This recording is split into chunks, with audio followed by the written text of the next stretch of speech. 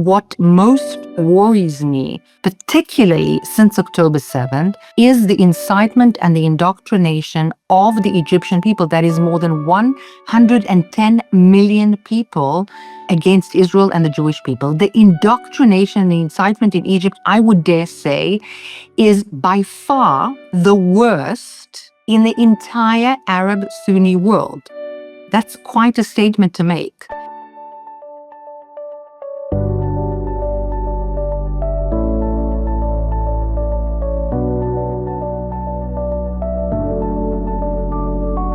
Welcome to the Misgav Institute for National Security's Mideast Horizons, the podcast for anyone who wants truly to understand what's happening in the Middle East beyond headlines.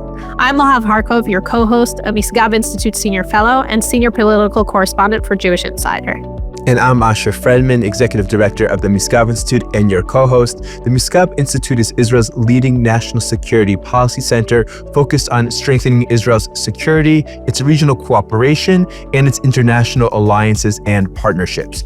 Every week, we will go beyond the headlines and the noise to bring you insight and analysis of what's really happening in the Middle East, both the critical issues on the national security agenda and also the trends and the opportunities taking shape in this incredible region. Please subscribe and follow wherever you listen to podcasts. We're on all the major platforms, and this way you'll be able to keep up to date and be ahead of the curve on everything connected to the Middle East. And we would love to read your comments and answer your questions and hear your suggestions. Send them all to mideasthorizonspodcast@gmail.com. This week, we have a very special guest, Ruth Wasserman Lande. Ruth served as Israel's Deputy Ambassador in Egypt. She served as the International Affairs Advisor to Israeli President Shimon Peres. She served as the International Affairs Advisor to the Federation of Local Councils. And then she served as a member of Knesset in the Benny Gantz's Blue and White Party. And today, she's a Senior Fellow at the Misgav Institute. And we sort of do a grand tour of the Middle East, looking at all the different countries on Israel's borders and really trying to create some insight and some order into all the various situations and conflicts that Israel currently finds itself in. But first, let's talk about the news. We've had a really bad week for relations between Israel and the Christian world, with numerous incidents creating tensions on that front. The first one that went public, even though it's not actually the first one that happened, but the first one that became public is when Israeli shells hit and damaged the Catholic Church in Gaza. It's the only church in Gaza, from what I understand, or the only remaining church. And remaining when Hamas took over, not remaining because of the idea. It had been pretty much unscathed until last week. It had even been used to shelter people for a long time. There's only about 200 Christians, or at least 200 known Christians in Gaza. But there, at certain points in the war, there were hundreds more people sheltering in the church and receiving food and aid there. That was not the case last week, but there was significant damage, from what I understand, and 3 people were severely wounded, including the priest. And this caused a huge controversy. Prime Minister Benjamin Netanyahu, controversy is not even the right word. Yeah, it's a very terrible incident, and in Israel, nobody wanted that to happen. The IDF said it was a mistake. Prime Minister Netanyahu immediately went and apologized to the Pope. He called the Pope. The Pope still said that Israel attacked the church, which I would say is, and the Cardinal of Jerusalem, Cardinal Pizzaballa, said that Israel targeted the church, which, at least according to what Israel and the IDF is saying, is not accurate. Asher, I know you have some insight for us as someone who frequently does IDF reserve duty about what soldiers are told when it comes to churches and other religious sites. There's 2 aspects, I think, of this story and of the sort of narrative that was created around an incident that did or didn't happen with the church in Taba. There is the Israel-Christian relations element of the story, then the military aspect of the story. Now, from a military perspective, as someone who served in Lebanon and in other areas, there are these soldiers on the map that you have. As the soldiers are very, very clearly marked: religious buildings, humanitarian buildings, hospitals, and there are very clear instructions about avoiding harming those buildings, avoiding taking sort of gaps or spaces between where you're operating and those buildings in order to ensure safeguards, ensure that they are not harmed. Now, it is challenging in an operational environment if we don't know exactly the details of this incident, and as you mentioned, Israel has apologized, but when you have terrorists who make use of these hospitals, schools, religious buildings, churches, when you have terrorist infrastructure that is stored in these buildings, when you have a fast-moving battle and things are changing and terrorists are popping up, there is room for error, certainly for human error, and that appears to be what happened in this case, which, by the way, has happened in many other cases around the world. For example, in Iraq in March 2003, when the Americans were invading Baghdad, they were attempting to bomb the Ministry of Information, and they accidentally caused damage to St. George's Church in Baghdad. So it seems clear to me that Israel has no interest in harming the Catholic Church in Gaza or any religious sites, but in a dynamic battle against terrorists that make use of these humanitarian sites for their terror purposes or operate in the vicinity of them, these kinds of unfortunate events can happen. On the other hand, we know that in Gaza, many, many mosques, for example, were used to house weapons, used as the entrance points for tunnels, intentionally, right? Hamas understands the sensitivity that exists towards religious sites, and therefore it intentionally takes advantage of that sensitivity and puts its infrastructure or its fighters in the vicinity of the church. It's possible that's what happened in this case. It's possible that's a case of human error, but it certainly was not an intent by Israel to harm the church in Gaza. I think the fact that the church has basically been unscathed up until now shows that Israel has been trying to avoid it, right? Because Gaza, Israel has demolished many, many buildings in Gaza. Like, they're not hesitant when there's a terrorist. But I also want to talk about another church, this one in near Jerusalem, in a Palestinian town called Taibe, there's an Israeli Arab town with the same name, so it could be confusing, but these are the Palestinians, and it's a very Christian area, and there's an ancient church there. And leaders of the church there went to the media and said that there was an arson attack on the church. The U.S. Ambassador to Israel, Mike Huckabee, went out to the area of the church to visit the church leaders, and he said, that this is horrible and any kind of crime should be investigated. He didn't actually blame anyone. He didn't actually say who the perpetrators are, but of course, on social media, Palestinian and pro-Palestinian people on social media immediately blamed extremist settlers, and then you saw the international media start blaming extremist settlers, and they were using this video. Did you see the video, Asher? I did. Yeah, of Israelis with leaf blowers in a field that's on fire. And they said, they're using the leaf blowers to try to make the fire like higher, or to push the fire in the direction of the church. Now, the Israelis, as it turns out, said, no, this is how you put out a brush fire. I'm not a firefighter, not an expert, but this is what they're saying. Like, they said, this is our grazing land where we graze our cattle. And the leaf blower is what we use to put out fires. We did not, light the fires. Again, that doesn't necessarily mean that no Israeli lit the fires, but there's even more evidence. First of all, there were multiple police reports coming from Israelis at the fires, as well as from the church. And so it's starting to look a lot like... Oh, and also the church was not damaged. The fire was not actually in the church. It was in the fields next to the church. But you would think, and there's all these aerial pictures out now that you can see online of the church. Like, it's a very open area that anyone who was on the Israeli farm that's nearby could just walk right up to the church and burn it down if, God forbid, that's what someone wanted to do. So it just doesn't look like an arson attempt anymore. And yet, what is it? A lie can run 1,000 miles before the truth even gets its shoes on, whatever that quote is. I think it's pants on. The story is... It's pants on. Okay. So the story is out, right? And it, like, look, do we have like the exact complete evidence of what happened there? No, but there's nothing even close to evidence of what those people are claiming, that Israelis started the fire. And it goes back to what we talked about in the past, where people keep jumping to talk about violent settlers. And it's not that there isn't a small group of violent extremists in Judea and Samaria. They exist, but it's just become this almost this blood libel with which to paint, paint a large group of people with a broad brush.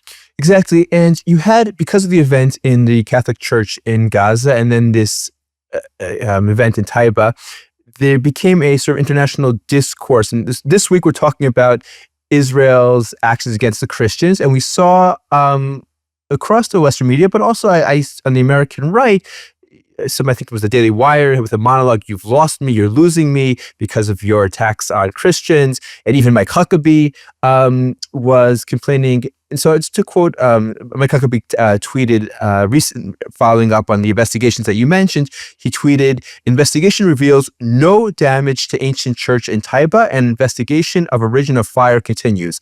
I have not attributed the cause of fire to any person or group, as we don't know for sure. The press has. I have said that regardless, it was a crime and deserves consequences." Now, if there was an attempted arson attack on the church, it was certainly a crime and it deserves consequences. And there are certainly cases of crimes, harassment, arson by Jewish extremists against Christian sites in Israel. We should recognize that. And I personally believe the Israeli police need to do a much better job of ending that and clamping that down. But if we take a step back, the Christian population in Israel, since Israel's founding till today, has grown 5 times over. There's no other country in the Middle East that can say anything close to that. In fact, Christian citizens of Israel have the highest rate of success on the national high school exams of any population in the country. Yeah. And they are overrepresented. The best schools in Israel are the Catholic schools. And they're overrepresented as engineers or represented as medical professionals. They've achieved the highest, the Supreme Court, many others, Knesset, many other high positions in Israeli society. On the other hand, in the West Bank, certainly in Gaza, but in the West Bank as well, the numbers have dwindled because of ongoing persecution, both explicitly and day to day. For example, in that same village in Taiba, I believe it was in September 2005, a mob of local Muslims burned 13 houses of Christians, and the PA, which knew just exactly what was going on, took its time. It only arrived a few hours later once the houses of the Christians had been burned. Bethlehem has gone from being 85% Christian to being about 10% Christian. So the differences in the way that Israel and the Palestinian Authority, and certainly the Islamist authorities in Hamas, are relating to their Christian populations couldn't be clearer. Certainly, if there were crimes, they should be investigated. If there were mistakes, they should be corrected. But I would also urge people in the West who are looking at this, before you reach conclusions or declare that Israel is losing your support, go a little bit beyond the headlines, a little bit beyond the spin, and look a little bit deeper into the facts of what actually happened. So I want to add one more thing in here. There was this letter last week that Ambassador Huckabee wrote to the Interior Minister and a few others, top Israeli officials, complaining that workers for certain Christian organizations were having difficulty getting visas to come into Israel because of a change in the visa system. This got leaked to the press. From my understanding and my reporting, it was not from Huckabee himself. He wanted to, deal with this privately behind closed doors. And it was also sort of misreported. Like they would write Christian groups, right? Which would imply like pilgrims, tourists, right? And, and there's like, I don't know, 1 million or a couple million that come to Israel every year. And that's just not the case. It's long-term visas. It's actually the clergy visa, although you don't technically have to do, you just have to work for a religious organization to kind of visa. So those are the people who were having difficulty. So it's a small number of people. It's not like Israel is banning Christians. And then the other thing is that, like, this is something like Huckabee sent the letter on Wednesday, and the problem was solved on Sunday. Like literally, it came out like in the media like on a Friday, and Sunday morning I started working on trying to come with a follow-up news story, and like within 2 hours of me starting to call people, they were like, the problem is solved to our satisfaction. So had it not been leaked to the media, no one would know about this. It would be a very small group of people who had a problem with the visas, and the problem would have been resolved, right? And it's one has to wonder, like, who has the interest in leaking that to the media? Like, I as a reporter, when someone leaks something to me, I have to think about what the person's interest is and try to verify, et cetera, because that people leakers have an interest, right? Leakers have a reason to leak something. And I do wonder, I do feel like this is a time that people are trying to sort of create a wedge between Israel and Christians. Certainly you have all of these social media figures, some of whom we talked about last week on the far right, who have become really anti-Israel, and they try to use their Christianity as a reason to be anti-Semitic and anti-Israel. But on the other hand, I think Israel needs to be a lot smarter. There was an analysis of Israel by Laser Berman where he suggested that Israel have a sort of Christian point person or some sort of office or something to deal with these specific issues. I mean, Israel has the Ministry of Religious Affairs, right? But that more deals with funding for churches and for religious services for Israelis of all religions, but including the Christians that have major communities in Israel. I think that it's sort of should be something maybe within the foreign ministry or maybe within the prime minister's office. It's, most of the Zionists in this world are Christians, and most of the time they get along fine with Israel, very well with Israel even, but there have been issues and persistent issues over time, like, I don't know, harassment, but there have been cases of harassment that have happened repeatedly, say it's a handful of times a year, but they get very big headlines. And instead of, responding and playing defense all the time, Israel should be more proactive in trying to head them off. Absolutely, I agree. Israel should do what is necessary to be welcoming to Christian supporters of Israel and to clamp down on the instances that did occur. The one thing I would like to add, and I know this might be a little bit politically incorrect, but I think we're allowed to be a little bit politically incorrect on the show. As you know, I studied the BDS movement very closely for a number of years. And in many cases, the leaders of the Palestinian BDS movement were actually Christian Palestinians. And I think the reason for that is because they needed a way to show their Palestinian nationalism, their belonging to the Palestinian collective. They couldn't take part in sort of the Islamist, Muslim, Sunni fighting for Al-Aqsa narrative because that wasn't part of their religious story. So the way that they could prove their nationalism and their belonging was by becoming leaders in the cause to delegitimize and demonize and boycott Israel. That's one point that gets as a background. The other thing that needs to be taken into account, and this is even maybe more a little bit politically incorrect, but should be noted, is that a number of the churches, the denominations in Israel, and I don't want to get into the details to talk about which particular churches, are involved in sometimes acrimonious legal proceedings vis-a-vis Israel related to taxation and municipal duties and property rights.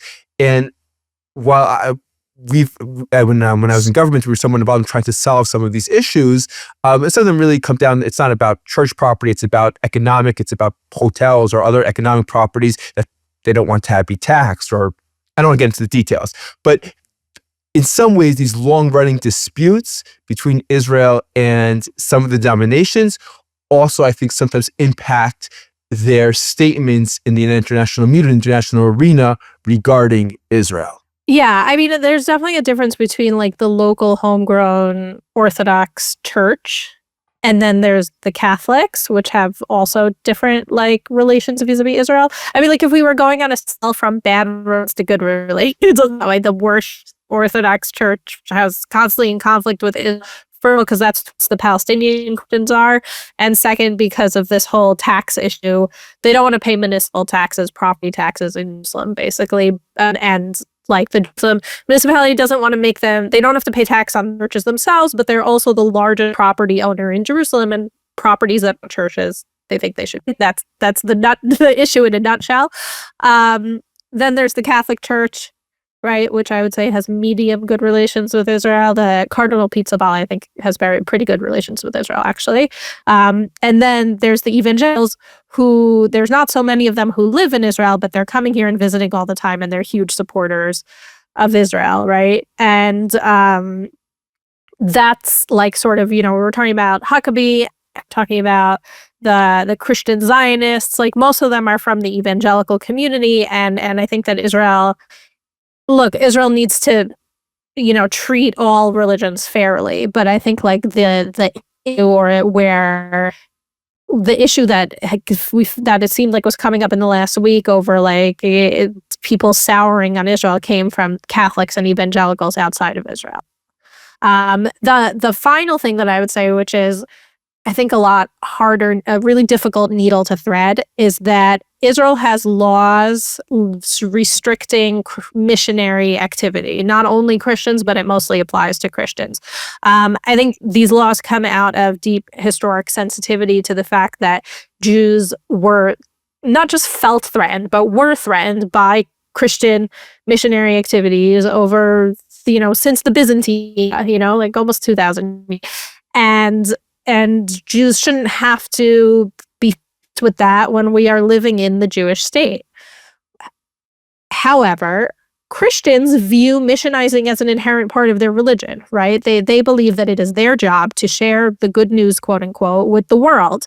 And we're also talking in a lot of cases about American evangelicals who, have a deeply held value of free speech. I also very much believe strongly in the First Amendment and free speech. And so they think that they should be allowed to say whatever they want to say. I agree with both sides here in the sense, right? Like, I think, Israelis should not have to deal with missionary activity in the Jewish state. Like, there should be one country in the world where we're safe from this, whether it's Christian missionaries or people who want to convert Jews to Islam or any other religion. But it is also a speech issue, and it's a really tough needle to thread, and that has also come out. In 2023, there were Haredi Knesset members who wanted to try to have even stricter laws, and Netanyahu blocked that, which I think was the right move. I mean, there's already laws on the books, and we don't need to harass our greatest supporters or antagonize them even more. Lahav, can you give us a brief update about what's happening in Israeli politics? People are leaving the government, leaving the coalition, leaving their positions, returning to their positions, leaving their positions again, threatening to vote against. What's going on? Are we heading towards the government falling? Are we heading towards elections? What's your take on it? Okay, so the first thing I have to say is don't panic. Nothing's going to happen, at least until October. And the reason for that is the Knesset is going into recess in a week. Netanyahu did not actually lose his majority. You have Yair Lapid, the opposition leader, going around saying Netanyahu has a minority government now. A minority government means a government that's supported by a minority of the Knesset. Right now, Netanyahu and his government are supported by 61 seats in the Knesset. The United Torah Judaism, which is the Ashkenazi Haredi bloc, they have left the government and the coalition. So they are no longer, so the coalition dropped from 68 seats to 61 seats. Shas, which is the Sephardic Haredi party, they quit 4 out of their 5 ministerial posts. So at first all 5 quit. And then one of them said, no, I have really important things to do. And he came back, which makes you wonder why we're paying the other 4 guys salaries if what they were doing is not so important. But they said they're not going to vote against the coalition. So Netanyahu has a 61 seat majority coalition. His government is not falling apart just yet. Now, why is any of this happening? Why did UTJ quit? Why did 4 out of 5 Shas ministers quit? Oh, the other thing with Shas is that Aryeh Deri is going to run an observer in the security cabinet. Aryeh Deri, who is not a minister, but is somebody that Netanyahu trusts, despite Deri having multiple corruption convictions under his belt. Netanyahu trusts him. And so he has been sort of sitting in all of the security cabinet meetings throughout this war. So that will continue as well. So Shas is not giving up on the things they care the most, not the Interior Ministry, which is, one of the ministries that gets the most government funding, and not on being in the security cabinet. In any case, the reason for all of this is because of the Haredi draft. There's been multiple Supreme Court rulings that Israel must draft Haredi men into the IDF. And the government has tried to avoid it in all different ways. And basically, they have to penalize, like anybody else, anyone who dodges the draft. Reagan want there to be a bill to be passed so that the penalties are not the same as anyone else. Right now, it's like you don't draft, you go to jail, and there's certain other smaller things that happen. The government is supposed to stop funding their yeshivas also because, under the current situation under the law where there's no legal exemption for Haredim for the draft anymore, the yeshivas are basically encouraging people to break the law. And the Haredim wanted to pass a law that would sort of reduce these penalties. They care the most about the lack of funding for yeshivas. Second to them are penalties, individual penalties, like you can't get a driver's license, you can't leave the country, you might go to jail. The head of the Casa Foreign Affairs and Defense Ministry, Yuli Elstein, tried to come to some sort of deal with them, but like essentially the Haredim want there to be no penalties. They want Haredi men to be able to learn Torah full time and not join the war effort in which more manpower is desperately needed. They don't want to be part of the defense of the country that they live in, period. And so it's become like sort of intractable. They're not really willing to compromise, right? What they want to do is kick the can down the road. Like, oh, we can have a law that will only go into, that will only be applied to anyone basically in 2 years. And Edelstein is saying that's unacceptable. And if you look at the polls, the Israeli people say it's unacceptable too, including the people are voting for Likud, for the right wing, for the parties in this coalition that are not Haredi. Likud, the religious Zionist party, Otzma. Those voters, first of all, overwhelmingly serve in the army, including in combat units, especially in religious Zionism. And they want the Haredim to enlist or to be conscripted. So the Knesset's going into recess next week, as I said. No law could really be passed until October anyway. And so this gives Netanyahu now a lot of time to try to reach a compromise. But also, as I said, contrary to some of the more sensational headlines, his coalition hasn't fallen apart yet. Never a dull second in Israel. We've talked a lot about what's going on in Israel, but now let's go to our guest, Ruth Wasserman Lande, who will give us a tour of what's happening along all of Israel's borders. And again, there are things too, many things aren't quiet, and even what looks quiet isn't so quiet. So as again, Ruth Wasserman Lande served in Israel's foreign ministry for many years, including as deputy ambassador in Egypt. She served as international affairs and Jewish affairs advisor to Israel's former President Shimon Peres. She served as a member of Knesset in the opposition from the Blue and White Party, the party led by Benny Gantz. And today she serves as an advisor and a speaker both to the West and with various Jewish and pro-Israel groups, also as an Arabic speaker, a prominent voice for Israel in the Arabic media. And she serves as a senior fellow at the Misgav Institute.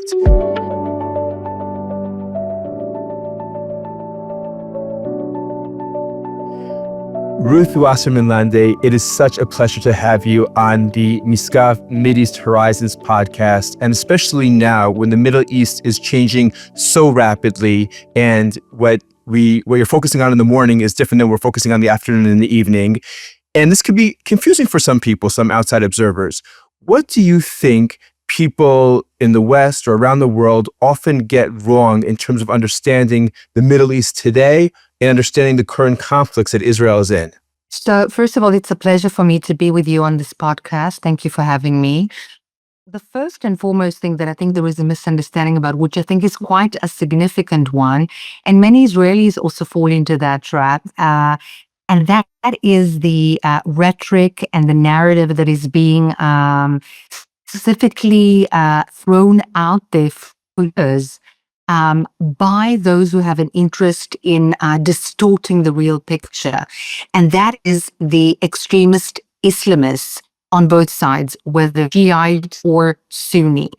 I view the conflict not an Israeli Palestinian one, not as a Jewish Muslim conflict, nor as an Israeli Arab conflict. In fact, we are talking about a relatively very, very different prism of looking at things, which is the extremist Islamist Shiite axis versus that of the Sunni extremist Islamists. And those two axes are actually in competition with one another, create Islamic worldwide caliphate based on Sharia, with Shiite or Sunni, depending on which side is leading.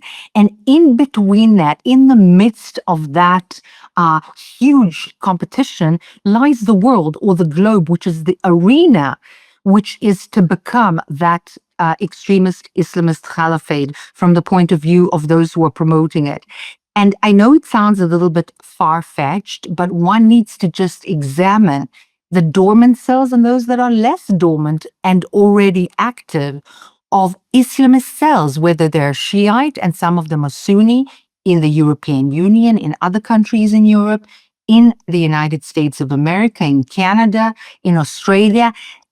Many of those have awoken after October 7th, but not all of them. So that's what I think is the main misconception currently, I think the most significant one. That sort of brings up a question for me, at least, that in the multiple fronts that Israel has been fighting since October 7th, there's extremist Sunnis and extremist Shiites, and to some extent working together, though not as well as Hamas would have wished. But right, like Hamas is Sunni, Hezbollah and Iran are Shiites. We're unclear what will happen in Syria moving forward, but that's also Sunni, at least the Jolani is Sunni. So it's sort of like they're competing for primacy in the region and perhaps the world, but they all seem to agree about Israel. Yes, so unfortunately, the hatred and the, I would say, the zealousness, the religious zealousness, which they base on the Quran and Islam, is that the Jews and Israel need to be annihilated from the Shiite point of view in order for their Messiah, Mahdi, to come back. Which is clearly what they say in Farsi, sometimes even in Arabic. And the Sunni extremist Islamists, whether they are led by Erdogan or supported by Erdogan, like Julani, or whether they're Hamas or other Sunni extremists, all say that Israel needs to go. But that is not the end game for them. In other words, Israel and or this so-called two-state solution and the Palestinian national identity is not a rhetoric or a narrative which is the one that has been adopted by religious extremist Sunni and or Shiite groups. In fact, if one listens correctly, and they're very open about it in Arabic and especially in Arabic, they say very, very openly, their end game is a worldwide caliphate based on Sharia. Israel is very important on the path to that. In other words, because we are in Dar al-Islam, we are on land that is so-called in the region where Islam needs to rule rather than Judaism and or Israelis and so on. But this is not the end game at all by any means. By the way, Egypt falls into that, Jordan falls into that in terms of the land. There shouldn't be in their eyes secular or non-Islamist government like there exists in Egypt and or Jordan. There needs to be an extremist Islamist, whether it's Sunni or Shia, depending on whom you ask, caliphate led by whomever it is that is ruling. So yes, that's the idea. And Israel is of particular interest also, not only because the Jews are mentioned in the Quran, depending on when you read, where you read in the Quran, the beginning or the end. In the beginning, we're people of the book and should be honored. In the second half, we should be annihilated and we should be converted to Islam, by the way, just like Christians. And that just, I mean, I would say just like Christians, sort of reflects historic reality in which they tried to convert the Jews and then couldn't. No, like it just, they started writing it at one point, they finished writing it at another point. Precisely. In fact, the Quran, there is a very clear, I would say, division or a difference. In the first part, there was a more favorable kind of attitude towards the Jews, while there was an attempt to convert and to overtake and to convince. When that didn't take place, it almost seems as if there was a shift in the perception and a different kind of attitude was taken, and of course it was a very negative one. But so Israel has another diamond in that basket, which is very much looked upon by the Islamists as something that is to be had. And that is, of course, Jerusalem and the holy places, which is a very big take or asset with which to galvanize support amidst the rest of the Muslims in the world. You mentioned Egypt and Jordan, which have been a little bit less in focus. The focus has been in Syria and Gaza, but in fact, they are two of Israel's largest and most important neighbors. And there are deeper trends happening in those countries, which are, I think, concerning.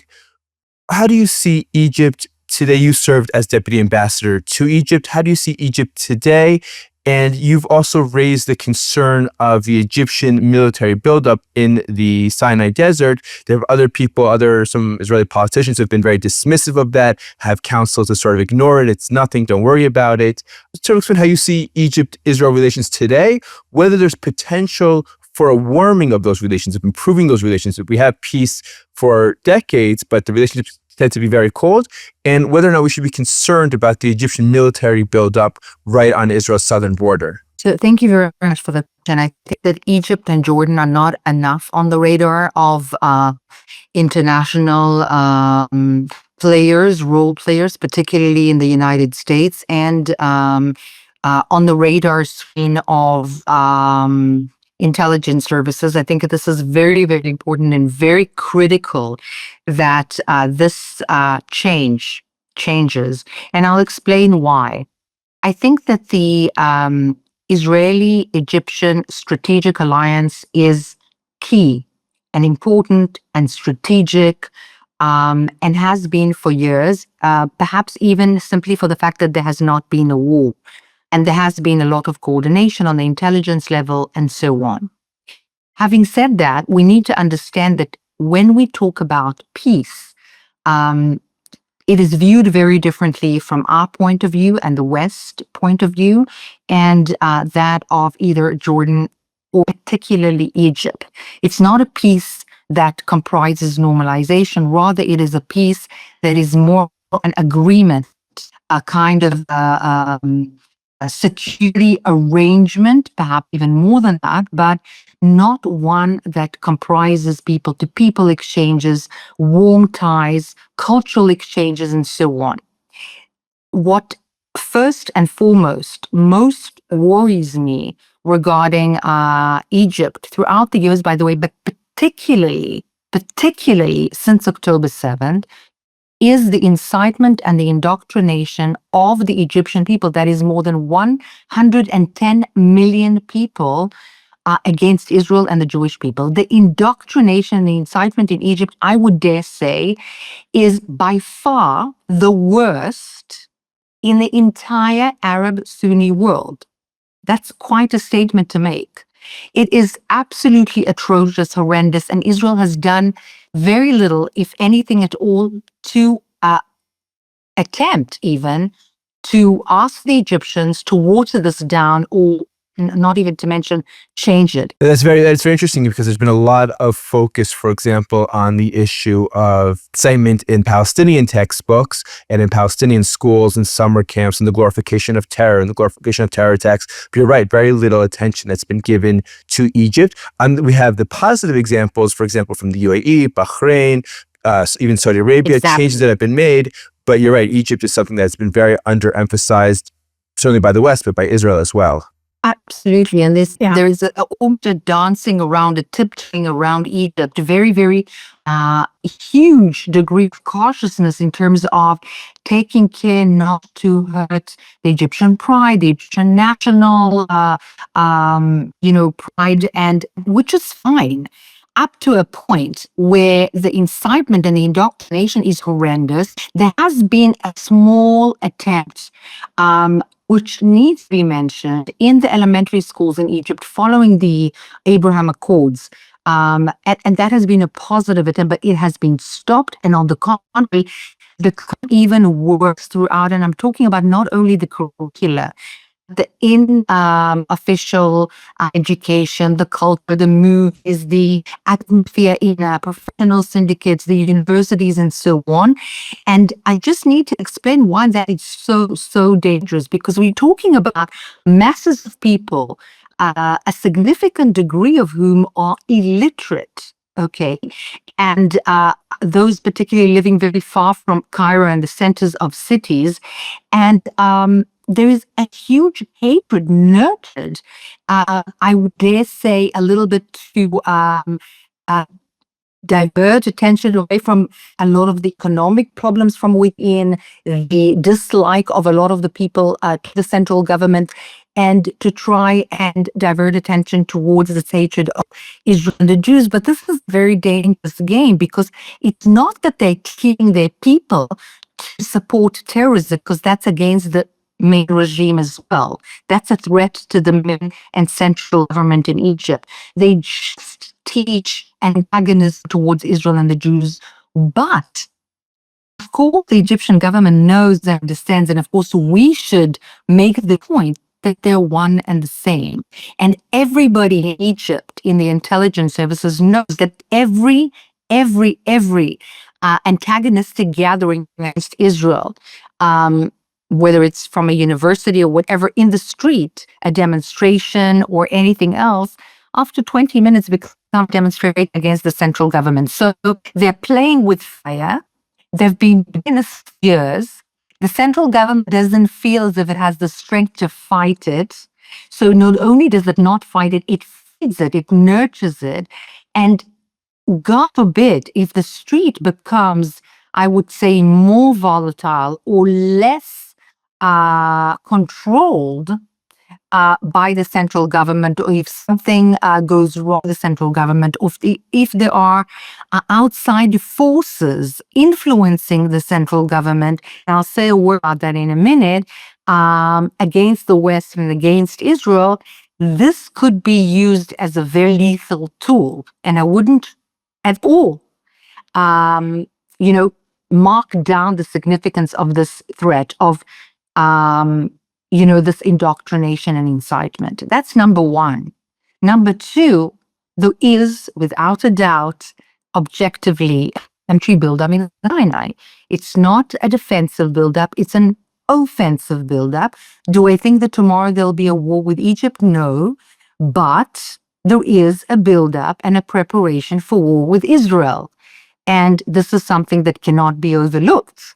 When you said there's a buildup, can you just give a few examples of what that buildup looks like? And since we already interrupted you, I'll add my question, which is that why do you think that they're doing this, right? Like, there's a big difference between them not clamping down the incitement and them sort of actively taking steps that are antagonistic to Israel. So this is a very interesting question, and I think it feeds into the main understanding, which is not a clear-cut black or white understanding, but rather that Egypt is it's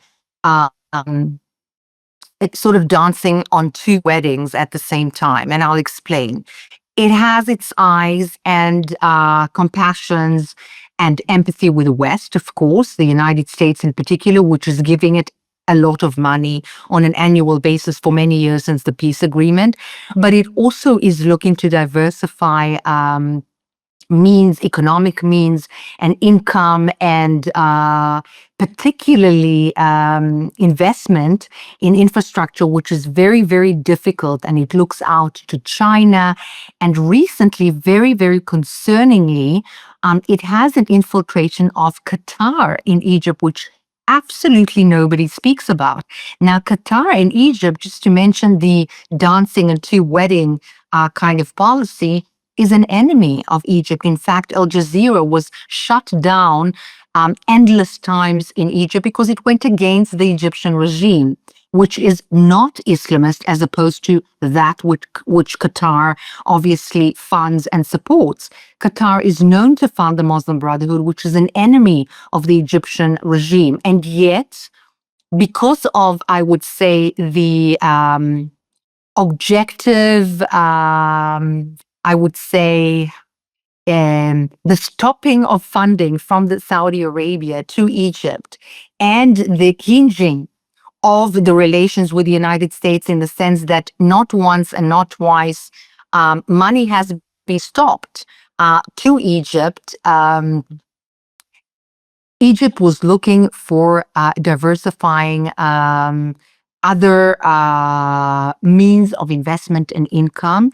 And unfortunately, it has succumbed to a degree to Qatar and to Iran. And both of those entities have been sworn enemies. Iran, for example, Shiite entity, whereas Egypt is, of course, an almost wholly Sunni one. Apart from the 20 or so % of the Coptic Christian Egyptians. Iran was always viewed, I'm talking about the current regime, the Ayatollah regime Iran, and not the Shah's Iran, as an enemy. In fact, the Shah is buried in one of the most beautiful areas of central Cairo, in a very beautiful mausoleum, and that has been a source of irritation and annoyment. It was annoying to the Iranian regime. And Iran, of course, named Islambuli, the murderer of former President Sadat, as one of the main streets of Tehran. And yet, since October 7th, there have been several very, very high-ranking delegations visiting Egypt and formulating some kind of an understanding. This has happened not once, not twice. And this is very interesting because there's a lot of Iranian involvement and Qatari involvement in Sudan, which is a region which is of huge, huge interest to Egypt in terms of geostrategic stability. And also, the Houthis are stopping the transportation of ships going to Egypt, which is a huge income potential for Egypt. And I believe that this is something to do with what they discussed with the Iranian current regime. And if you look at what Egypt has said following the 12-day war between Israel and Iran, it was the only Arab country in the region which not only condemned Israel, all of them did, but also right out stood next to Iran and supported Iran in this war, which is an interesting thing to note. Do you think that the buildup in the Sinai is a result of this, like, pressure from Qatar and Iran, or is there something else going on there? So there are two things going on. One, there's definitely been a buildup, diversifying other methods of economic investment and also sport, which is Iran, Qatar, China, and so on.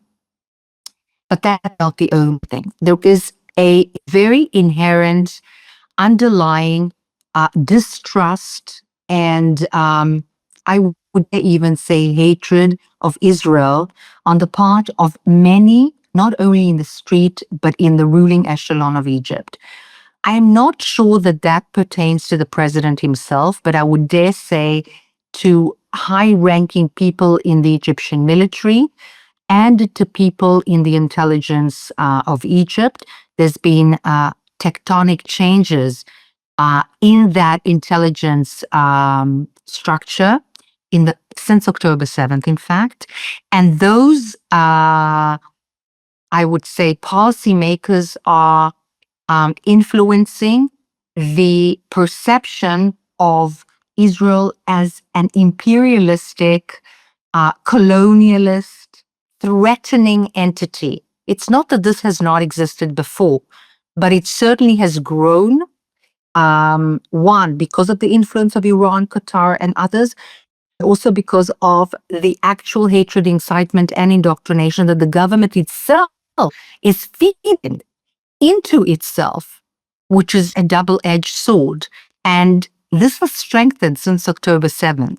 And this perception of Israel as an imperialist entity wants to expand and threaten Egypt, which is quite crazy to think about if one takes into account that we've actually given back the entire Sinai Peninsula, and we're a teeny tiny country. So it is vastly impossible for me to comprehend, but it is in fact an inherent perception on the part of many decision makers, both in the political realm and in the military realm in Egypt. And this needs to be understood. both by Israeli decision makers and the West. Talking about perceptions in the Middle East, perceptions that have always long existed and that perhaps have been made even more prominent given Israel's military successes over the past 2 years, and certainly in the Rising Lion operation in Iran. It seems that many in the Arab world and in the West didn't understand why Israel intervened in southern Syria several days ago to protect the Jewish community. What did you tell your audiences in the Western and in the Arabic media to explain why Israel chose to intervene? So this is a very, very, very important question, not only vis-a-vis the Israeli intervention in southern Syria, but in general. The Israeli government is putting zero effort into explaining what on earth it is doing. And that is vastly important, not only to the international arena, but also to the Arab world. And quite frankly, the Arab-speaking world is reading, watching, seeing, and being nurtured by endless narratives which are completely not in line with reality and have zero of the Israeli input. I'm not saying they should be fed the Israeli narrative, but nothing but the indoctrination of Qatari, Al Jazeera, and a little bit less indoctrinated Al Arabiya and other networks. That's what the Arab-speaking world is watching. No wonder they think that Israel is an imperialistic, colonialist entity that wants to invade Syria, because that's what they watch, that's what they hear, and that's what they see, which is, of course, completely on a different path to what Israel is really doing. I mean, what I explain to those who are indeed willing to listen is that Israel has a brotherhood with the Druze population. We have a small but very significant Druze population in Israel. They participate in the IDF. Many of them have given their lives to protect the state of Israel in the current wars and in former wars. We have a real brotherhood. They're completely integrated into society, and their brothers and their family members have been not attacked, not threatened, not in clashes, minority clashes or ethnic clashes, as the West completely crazily put it, but they've been massacred just like our people were massacred on October 7th. They've been gang raped, massacred, torched, and really carnaged by ISIS-like, if not ISIS literally, warriors supported by the Syrian government, which is in fact supported by Erdogan. So this has been happening under the nose of the entire Western world, with absolutely no one coming to the help of those minority groups, whether they're, by the way, Alawite, Muslim Syrians, whether they're Kurds, whether in this particular situation they're Druze, and only Israel came to their support, first and foremost, on a human, ethical, moral basis. But moreover, there is that perimeter or barrier that we've marked between Israel's northern border and Syria, that there was a tacit agreement overseen by the United States that Giuliani's soldiers and army could not cross, and they did. And in fact, they crossed it and entered Suwaida and the regions of those Jews who were massacred, including women and children and rapings and horrific undertakings. And Israel could not allow for the breach to take place also for geostrategic security reasons, not because they wanted to take over Syrian land, but because they didn't want ISIS on its border instead of those peaceful Jews. And that's something that has not been explained by the state of Israel to anybody in the Arab-speaking world, which is crazy to my understanding. I'd like to broaden this out a bit and hear your thoughts, because I thought Israel handled this whole thing really badly. I think, first of all, unfortunately, right? Like, I wish the world cared about persecuted minorities, but I think the world really knows who the Druze are, and like that message didn't go over well, even if that's an important part of the reason Israel was in Syria. And maybe even the buffer zone and the security would have been the better message, like counterintuitively, right? Because everyone wants Israel. It complains about Israel not respecting human rights. I think counterintuitively, in this case, maybe the security would have gone over better. And then the other thing was there was the strike in Damascus itself, which I sort of like have my doubts if that was the right way to go, right? Like maybe it would have been viewed internationally sort of more, less controversially, let's say, if the strikes were really in Sueda on the people who were attacking the Druze, as opposed to making it look like something that might further destabilize the regime, which obviously is very clear the U.S. wants to stabilize this regime, and, you know, the U.S. is our most important ally. So I guess I'm just wondering what you think Israel should have handled this differently. Asher, also, this isn't like a traditional interview question. It's more of like we're all Misgav fellows, let's brainstorm. Or, well, Asher, you're the director, but yeah. I have to agree that it's clear that Israel has often been lacking in its strategic communications with the Arab world. We're lucky that we have people like you who are able to communicate in Arabic and to go on Arabic media. But go ahead, Deegan, to give your answer. Okay, so there are perfect Arabic-speaking people in this country that are well equipped with the tools with which to address the Arab world. The country just needs to prioritize this issue, and not only to the Arab world, but to the international arena. Now, should we focus our policies on what the world thinks? Of course not, because they'll hate us anyway, and they'll criticize us anyway. And there's a huge, huge, undeniable amount of hypocrisy on the part of the Western world. I mean, people are being massacred, killed, burnt, raped, and Israel is the one who's for human rights, which is pretty insane to my mind. And that is after we had been punished as well. And everybody understands that if, God forbid, our army does protect our civilians, that's what's going to happen to all of us in this tiny country. But anyway, we need to understand that the military effort alone, without communicating what we are doing to the West and to the Arab-speaking world, is no longer a possibility in the modern era. This is not something that is acceptable. We need to explain our point of view. There will be people who will at least hear another narrative. Currently, they just simply don't. So whether we bombed the palace or we didn't bomb the palace, and that made the world support us less or more, don't think that is the correct question.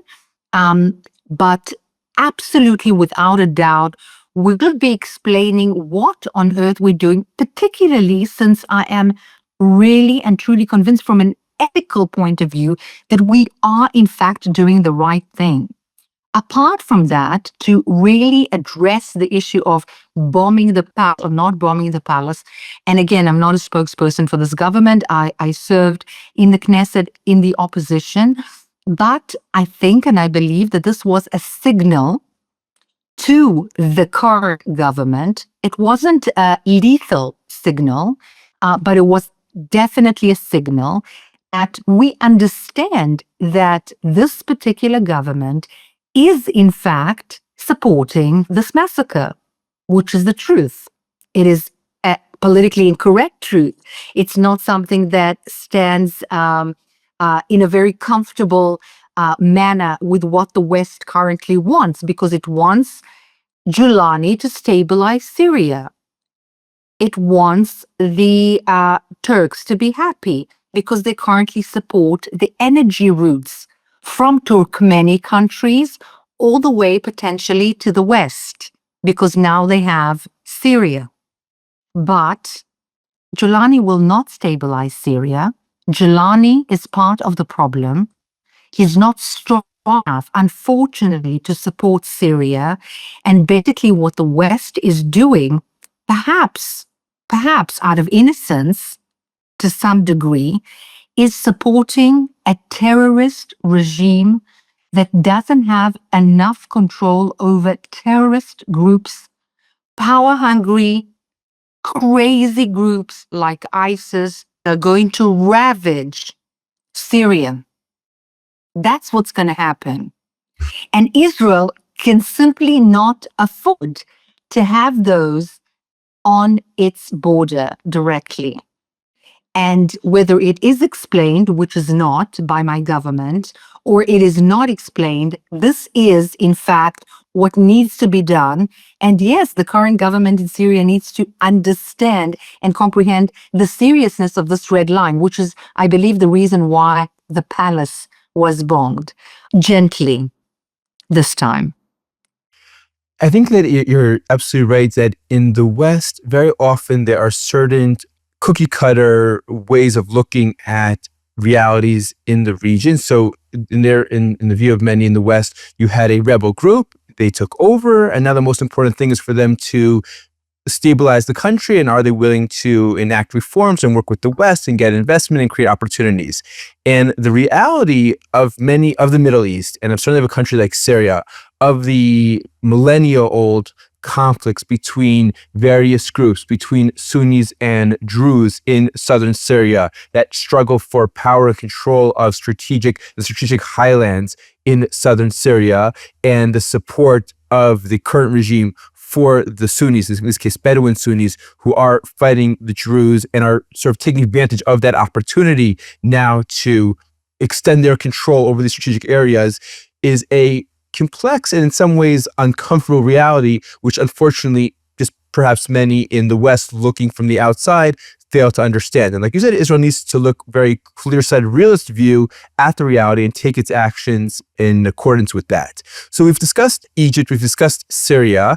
I want to also talk about Israel's neighbor to the east, Jordan, which was generally considered a quiet border, but I think you came with us when we toured the Jordan border. We saw how open it was, how easy it was to move from Jordan to Israel. I can tell you that on the first day of Israel's operation in Iran, I got a message from my reserve unit saying, be prepared to be sent to the Jordanian border. We don't know what's going to develop there. We weren't sent at the end, but there was a real fear of Iranian militias, local militias, terrorists taking part in that attack. So if you can tell us a little bit about what you see is happening in Jordan and how that affects Israel's security and stability in the region.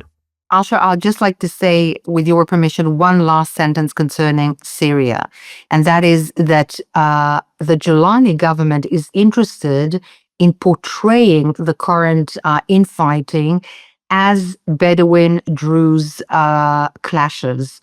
But many of the fighters were not, in fact, Bedouins, but rather Syrians that were either paid or sent by the government of Syria, and basically belong to either ISIS groups or other groups that are those that brought this government into its current position in the first place. So if it is portrayed as sectarian internal Syrian fighting, which by the way has been going on for decades, yes, it's not like infighting has not been happening in almost every country, Middle East, for ages, and the world goes on because it can't be involved in a single sectarian clash in the region, but it's much more than that. And that's what we need to highlight to the West and to our neighbors in the region.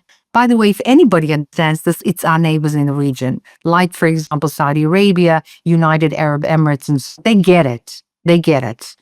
I thought the West less. But to go to Jordan, 336 kilometers of mutual border, which is completely unguarded and has not been guarded since the peace agreement, for sure.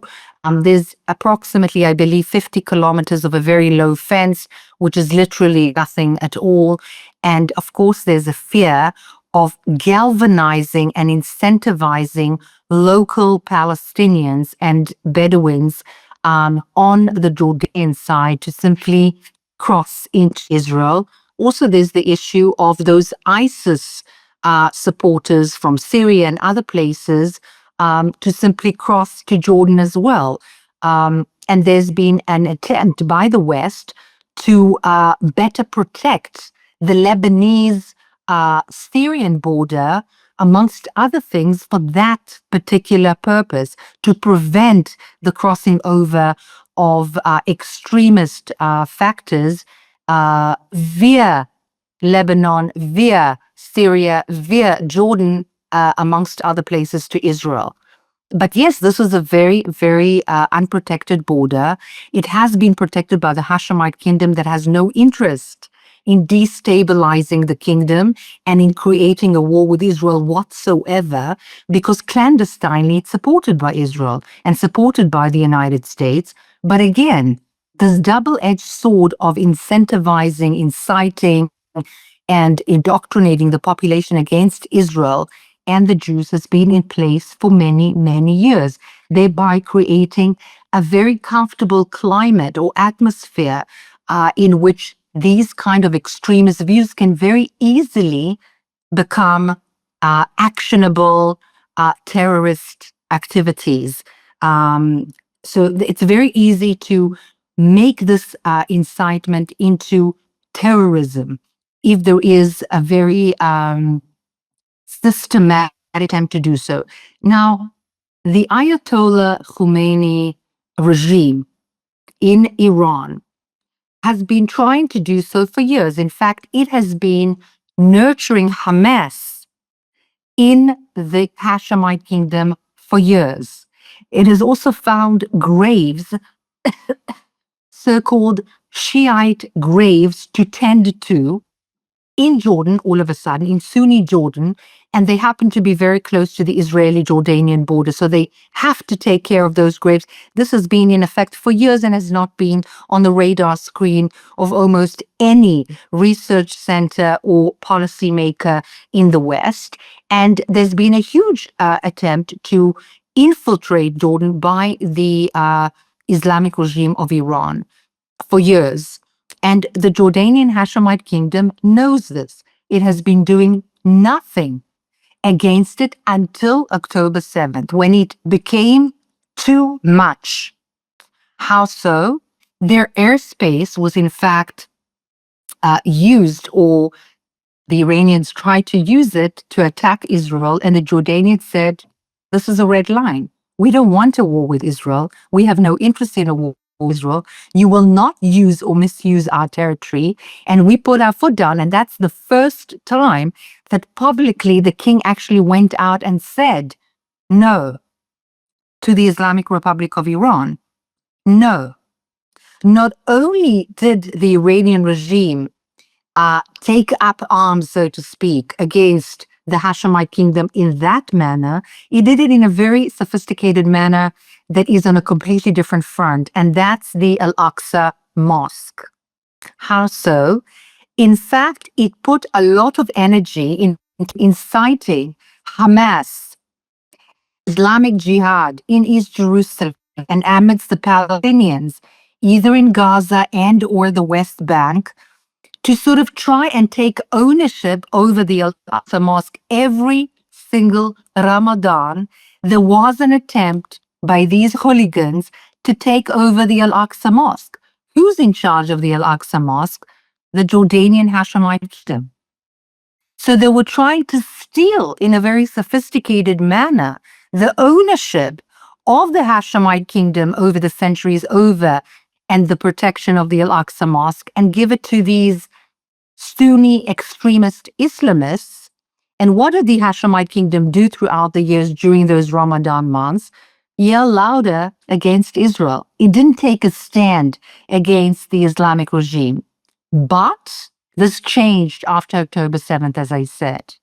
And now, publicly, the Jordanians actually took the stand and are against the infiltration of the Islamic Republic of Iran.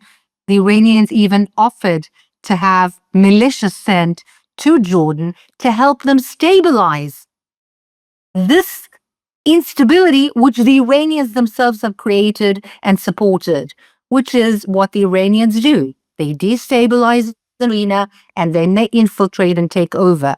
They've done that in Syria before the current regime took over with Assad. They've done that in Jordan. They've done that in Yemen.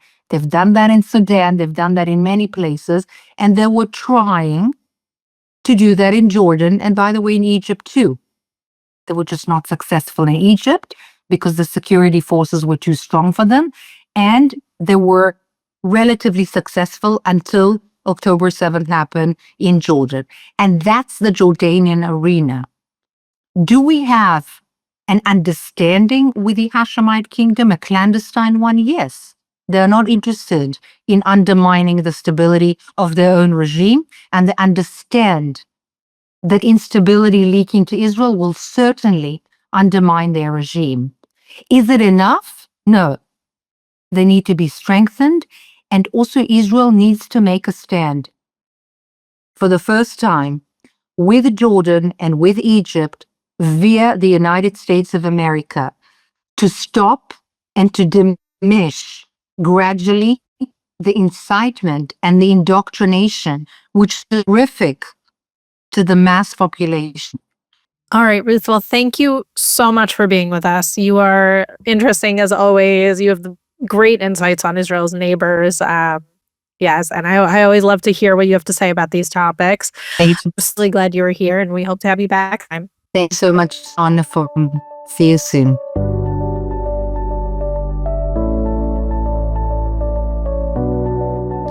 Thank you for listening. Please make sure to follow the Misgav Institute at www.misgavins.org. Follow us on X, Facebook, LinkedIn, YouTube. Make sure to like and subscribe to our podcast. And you can send your comments and suggestions to Mideast Horizons Podcast at gmail.com. That's Mideast Horizons Podcast at gmail.com. See you next time.